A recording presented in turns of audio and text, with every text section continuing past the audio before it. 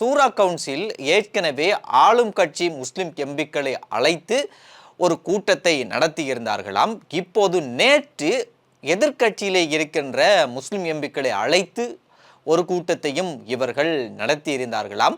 இவர்கள் இந்த கூட்டத்தை நடாத்தியதற்கு மிக பிரதானமான காரணம் தானாம் முஸ்லிம் சமூகத்தினுடைய பிரச்சனைகளை ஆளும் எதிர்த்தரப்பிலே இருக்கின்ற முஸ்லிம் எம்பிக்களை ஒன்றிணைத்து ராஜதந்திர ரீதியிலே இந்த பிரச்சனைகளை எவ்வாறு தீர்க்கலாம் என்கின்ற நோக்கத்தின் அடிப்படையிலே தான் இந்த கூட்டத்தை இவர்கள் நடத்தி இருந்தார்களாம். ஆளும் எதிர்த்தரப்பு முஸ்லிம் எம்பிக்களிடையே நடந்த இந்த கூட்டத்திலே மிக பிரதானமாக முஸ்லிம்கள் எதிர்நோக்குகின்ற பிரச்சனைகள் குறித்து தானாம் பேசப்பட்டதாம். நேற்று எதிர்க்கட்சி முஸ்லிம் எம்பிக்களுடனான இந்த கூட்டத்திலே 14 முஸ்லிம் எம்பிக்கள் அழைக்கப்பட்டிருக்கிறார்கள். அதிலே 10 முஸ்லிம் எம்பிக்கள் கூட்டத்திலே கலந்து கொண்டார்களாம். மீதியாக இருக்கின்ற 4 முஸ்லிம் எம்பிக்கள் தவிர்க்க முடியாத காரணத்தினால் இந்த கூட்டத்துக்கு அவர்களால் வர முடியாமல் போனதாம்.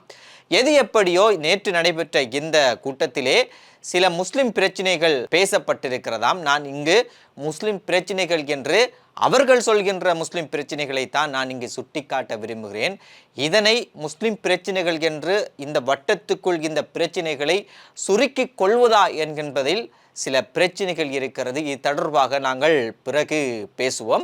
இப்போது இவர்கள் பேசிய விடயங்கள் தானாம் நாங்கள் கேள்விப்படுவது போல பிடிஏ குறித்து பேசியிருக்கிறார்களாம். குறிப்பாக பிடிஏ சட்டம் என்பது ஒழிக்கப்பட வேண்டும். அந்த பிடிஏ சட்டம் தவறான முறையிலே பயன்படுத்தப்படுகிறது. அதே நேரம் முஸ்லிம்களுக்கு எதிராகவும் அது பயன்படுத்தப்படுகிறதா என்கின்ற கேள்வி எல்லாம் அநியாயமான முறையிலே இந்த பிடிஏ சட்டத்தின் கீழே பல முஸ்லிம்கள் கைது செய்யப்பட்ட விவகாரம் தொடர்பாகவும் இதனை இல்லாமல் செய்வதற்கான அழுத்தத்தை அரசாங்கத்துக்கு கொடுக்க வேண்டும் என்கின்ற விடயங்களும் இதிலே பேசப்பட்டிருக்கிறார். அதே போன்று அல் குர்ஆன் இறக்குமதியில் ஏற்பட்டிருக்கின்ற சிக்கல்கள் குறித்தும் இது கடந்த காலங்களில் எல்லா கூட்டங்களிலே பேசப்பட்டு வந்த விடயம், அந்த விடயமும் இதிலே பேசப்பட்டிருக்கிறதா. அது மாத்திரமல்லாமல் இந்த இஸ்ரேலிய சபாத் நிலையங்கள் குறித்தும் சட்டவிரோத நிலையங்கள் குறித்தும் பேசப்பட்டிருக்கிறது. அதே போன்று இஸ்ரேலிய விமானங்களுக்கு விமான நிலையத்திலே வழங்கப்படுகின்ற தனியான சலுகைகள் வசதிகள் குறித்தான விடயங்களும் இதன் போது பேசப்பட்டிருக்கிறது. முஸ்லிம் தனியார் சட்டம் குறித்தும் பேசப்பட்டிருக்கிறதா. முஸ்லிம் தனியார் சட்டம் குறித்து இந்த இடத்திலே பேசப்பட்டாலும் கடைசியாக ஜம்மியத்துல் உலமாவோடு கலந்து ஆலோசித்து அவர்களோடு இணைந்து ஒரு புதிய ஆலோசனை குழு ஒன்றை நியமித்து அதன் ஊடாக இந்த பிரச்சனைகளை முடிப்பதற்காக வேண்டி பேசப்பட்டிருக்கிறதா. அதே போல இந்த பிறப்பு சான்றிதழ் தொடர்பாக அண்மையிலே அமைச்சர் சரோஜா போல்ராஜ் தெரிவித்த கருத்துக்கள் குறித்தும் பேசப்பட்டிருக்கிறதா. அதே நேரம் முஸ்லிம்களுடைய பிரச்சனைகள் ஏன் சிங்கள ஊடகங்களில் வரவில்லை என்கின்ற விடயமும் இந்த இடத்திலே பேசப்பட்டிருக்கிறதா. இதையெல்லாம் தாண்டி முஸ்லிம்களுடைய பிரச்சனைகள் குறித்து மகாநாயக்க தேரர்களோடு சில சந்திப்புகளையும் சில கலந்துரையாடுகளையும் மேற்கொள்ள வேண்டும் என்கின்ற விடயங்களும் பேசப்பட்டிருக்கிறதா. நாங்கள் கேள்விப்பட்ட இந்த விடயங்கள் தான் நேற்று சூரா கவுன்சில் என்கின்ற ஒரு அமைப்பு எதிர்க்கட்சி எம்பிக்களை அழைத்து பேசிய விடயங்களாக இருக்கிறதாம். எது எப்படியோ சூரா கவுன்சில் என்கின்ற அமைப்பு இவ்வாறான ஒரு கலந்துரையாடல்களை இவ்வாறான ஒரு சந்திப்புகளை ஏற்படுத்துவது என்பது முஸ்லிம்களுடைய பிரச்சனைகள் குறித்து பேசுவது என்பது ஒரு வரவேற்கத்தக்க விடயம். அதனை நாங்கள் பாராட்ட வேண்டும். இந்த செயற்பாடுகளை இவர்கள் தொடர்ந்தும் கொண்டு செல்ல வேண்டும். முஸ்லிம்களுடைய பிரச்சனைகளில் கூடிய கரிசனை செலுத்தி தொடர்ந்து இந்த பிரச்சனைகளை தீர்க்கக்கூடிய வழிகளையும் தேட வேண்டும் என்பதுதான் எல்லோருடைய எதிர்பார்ப்பாக இருக்கிறது. ஆனால் இது மட்டும் தானா முஸ்லிம்களுடைய பிரச்சனைகள் என்பதில் கேள்வி இருக்கிறது. அது குறித்து தான் நாங்கள் இந்த வீடியோவிலே பேச இருக்கிறோம். சூரா கவுன்சில் என்பது ஒரு அமைப்பு மட்டுமே. இவ்வாறு முஸ்லிம் சமூகத்திற்குள்ளே பல முஸ்லிம் இயக்கங்கள் இருக்கிறது. முஸ்லிம் என்ற பெயரோடு பல முஸ்லிம் சிவில் அமைப்புகளும் இருக்கிறது. இவர்கள் கூடுகிறார்கள், முஸ்லிம்களுடைய விவகாரம் குறித்து பேசுகிறார்கள். ஆனால் இதில் ஏதாவது முன்னேற்றம் ஒன்று ஏற்பட்டதா என்பது குறித்து, இந்த பிரச்சனைகள் தீர்க்கப்பட்டதா என்பது குறித்து ஒரு கேள்வி இருக்கிறது. அதே போன்று இவர்கள் பேசுகின்ற விடயங்களை வைத்து பார்க்கின்ற போது வடக்கு கிழக்கில் இருக்கின்ற முஸ்லிம்கள், மலையகத்தில் இருக்கின்ற முஸ்லிம்கள், கொழும்புக்கு வெளியிலே இருக்கின்ற முஸ்லிம்கள் குறித்து என்ன விடயங்கள் இவர்கள் பேசுகிறார்கள்? அவர்களுடைய பிரச்சனைகள் என்பது முஸ்லிம் பிரச்சனை இல்லையா? இவர்கள் பேசுகின்ற பிரச்சனைகள் எல்லாம் பார்க்கின்ற போது ஊடகங்களிலே பிரபலமாக வருகின்ற பிரபலமாக பேசப்படுகின்ற விடயங்களை இவர்கள் முஸ்லிம் பிரச்சனைகளாக கொண்டு வருகிறார்கள். ஆனால் உண்மையிலே இந்த நாட்டிலே வாழ்கின்ற அத்தனை பேர் முஸ்லிம்கள் தான். அத்தனை பேருக்கும் பிரச்சனை இருக்கிறது. வடக்கு கிழக்கிலே காணி பிரச்சனைகள் என்பது எவ்வளவு தீவிரமாக போய்கொண்டிருக்கிறது என்பது குறித்து இருக்கின்ற முஸ்லிம் சிவில் அமைப்புகளுக்கும் முஸ்லிம் இயக்கங்களுக்கும், அதாவது முஸ்லிம்கள் என்று பெயர் சொல்லி முஸ்லிம்களுக்காக இயங்குகின்ற இந்த இயக்கங்களுக்கும் தெரிந்திருக்கிறதா தெரியாமல் இருக்கிறதா? மட்டக்களப்பிலே முஸ்லிம்களுக்கு எவ்வளவு நிர்வாக பிரச்சனைகள் இருக்கிறது, எல்லை பிரச்சனைகள் இருக்கிறது. குறைந்தபட்சம் வடக்கு கிழக்கிலே இருக்கின்ற மலையகத்திலே இருக்கின்ற முஸ்லிம்களை பிரதிநிதித்துவப்படுத்துகின்ற அமைப்புகளையாவது சேர்த்து இந்த முஸ்லிம் பிரச்சனைகளை தீர்க்க முடியாமல் போனது ஏன் என்கின்ற பல கேள்விகள் இதற்கு பின்னால் ஒளிந்திருக்கிறது. இதனை நாம் பேசுவதற்கு ஒரு காரணம் இருக்கிறது. என்னவென்றால், இந்த என்பிபி அரசாங்கம் வந்ததன் பின்னர் முஸ்லிம் கேபினெட்டில் இருந்து ஆரம்பிக்கப்பட்ட இந்த பிரச்சனைகள் என்பது பிடிஎங்கிலே முஸ்லிம் இளைஞர்கள் கைது செய்யப்பட்ட விவகாரம் என்று பல பிரச்சனைகள் வந்த நேரம் என்பிபி அரசாங்கமானது முஸ்லிம்களுடைய பிரச்சனைகளை தீர்ப்பதற்காக வேண்டி நான் நினைக்கின்றேன் 2 மாதம் அல்லது 3 மாதமாக இருக்க வேண்டும். இந்த 2-3 மாதங்களுக்கு அரசாங்க தரப்போடு இந்த விவகாரங்களை பேசி தீர்ப்பதற்கான ஒரு வழி இப்போது வகுக்கப்பட்டிருக்கிறது. நான் நினைப்பது போல, எனக்கு ஞாபகம் இருப்பது போல ஏற்கனவே 2 கூட்டங்கள் இது தொடர்பாக நடைபெற்றிருக்கிறது.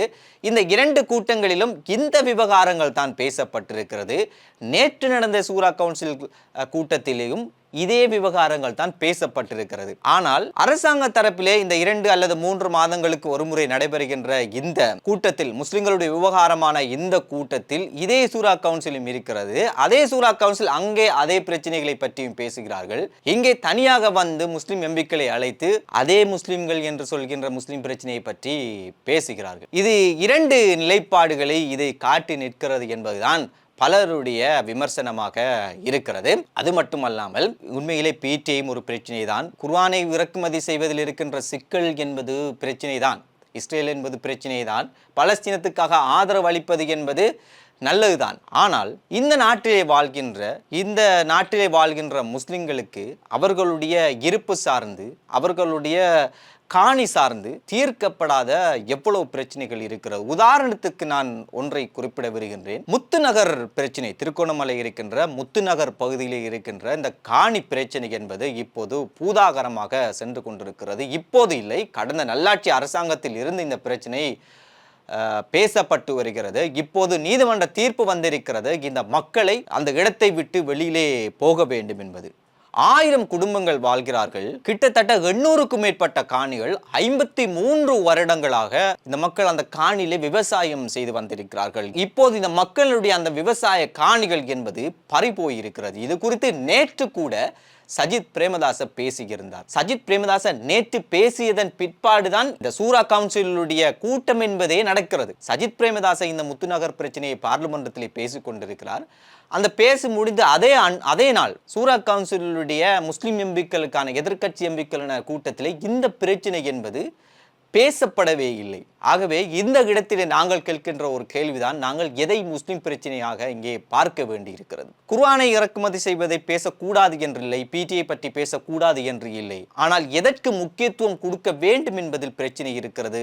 எதை முஸ்லிம் பிரச்சனைகளாக கொண்டு வருவது என்பதிலும் இங்கே பிரச்சனையே இருக்கிறது. அம்பாறை மாவட்டத்திலே காணாமல் ஆக்கப்பட்டவர்கள் பலர் காணாமல் ஆக்கப்பட்ட அலுவலகத்திலே பதிவு செய்யப்பட்டிருக்கிறார்கள் முஸ்லிம்கள். ஆனால் அவர்களுக்கான நீதி நியாயங்கள் கிடைக்கப்பட்டிருக்கிறதா என்றால் இல்லை. அதுக்காக யாராவது குரல் கொடுக்கிறார்களா என்றால் இல்லை. வடக்கிலே வாழ்கின்ற முஸ்லிம் மக்களுக்கு வேறு வகையான பிரச்சனை இருக்கிறது. கிழக்கிலே வாழ்கின்ற முஸ்லிம் மக்களுக்கு வேறு வகையான பிரச்சனை இருக்கிறது. மலையகத்திலே வாழ்கின்ற முஸ்லிம் மக்களுக்கு வேறு பிரச்சனையாக இருக்கின்றது. கொழும்புக்கு வெளியிலே வாழ்கின்ற முஸ்லிம் மக்களுக்கு வேறு பிரச்சனையாக இருக்கிறது. ஆனால் நாங்கள் எங்களுக்கு தெரிந்த ஊடகங்களிலே பேசப்படுகிற பிரச்சனைகளை முஸ்லிம் என்ற அடையாளத்தை போட்டு அதனை ஒரு முஸ்லிம் பிரச்சனையாக பார்ப்பது என்பது பெரும் தவறு என்றுதான் பலரும் சுட்டிக்காட்டி வருகின்றனர். இந்த பிரச்சனை என்பது எல்லா முஸ்லிம் சிவில் அமைப்புகள் என்று சொல்லுகின்ற அமைப்புகளிடையே இந்த பிரச்சனை இருக்கிறது. இன்றைய ஜனாதிபதியினுடைய உரையை பார்க்கின்ற போது அவருடைய உரை முழுக்க அடித்தட்டில் வாழ்கின்ற மக்களுக்கான ஒரு உரையாகவே இருந்தது. ஆனால் இந்த முஸ்லிம் சிவில் அமைப்புகள் இயக்கங்களுடைய இவர்கள் முஸ்லிம் பிரச்சனை என்று பேசுகின்ற இந்த விடயங்களை பார்க்கின்ற போது அது இந்த மேல்தட்டு வர்க்கத்துக்குள் இருக்கின்ற பிரச்சனைகளுக்குள்ளே அது சுழன்று கொண்டிருக்கிறது என்பதுதான் பலருடைய கவலை. கவலையாக இருக்கிறது. எனவே அரசாங்க தரப்பிலே முஸ்லிம் பிரச்சனைகளை பேசுவதற்காக வேண்டி முஸ்லிம் சிவில் அமைப்புகளை கூப்பிட்டு பேசும்போது இன்னும் ஒரு அமைப்பு என்பது இன்னும் ஒரு பக்கத்திலே முஸ்லிம் பிரச்சனையை பேசுகிறார்கள் என்பது குறித்து தான் பலரும் கேள்வியை எழுப்பி வருகின்றனர். எனவே இதற்கு அப்புறமும் முஸ்லிம் பேரில் இருக்கின்ற முஸ்லிம் சிவில் அமைப்புகளாக இருந்தாலும் சரி, இயக்கங்களாக இருந்தாலும் சரி, கொழும்புக்குள் மட்டும் இருந்து கொண்டு கொழும்பிலே இருக்கின்ற பிரச்சனைகளை பற்றி பேசாமல் கொழும்புக்கு வெளியிலே, வடக்கு கிழக்கிலேயே, மலையகத்திலேயே, கொழும்புக்கு வெளியில் இருக்கின்ற அத்தனை முஸ்லிம்களுடைய அடித்தட்டு மக்களுடைய, முக்கியமாக அடித்தட்டு மக்களுடைய இருப்பு சார்ந்து, முஸ்லிம்களுடைய இருப்பு சார்ந்து, காணி சார்ந்து, உரிமை சார்ந்த பிரச்சனைகளை முஸ்லிம் பிரச்சனையாக அடையாளப்படுத்த வேண்டும் என்பதுதான் பலருடைய கோரிக்கையாக இருக்கிறது.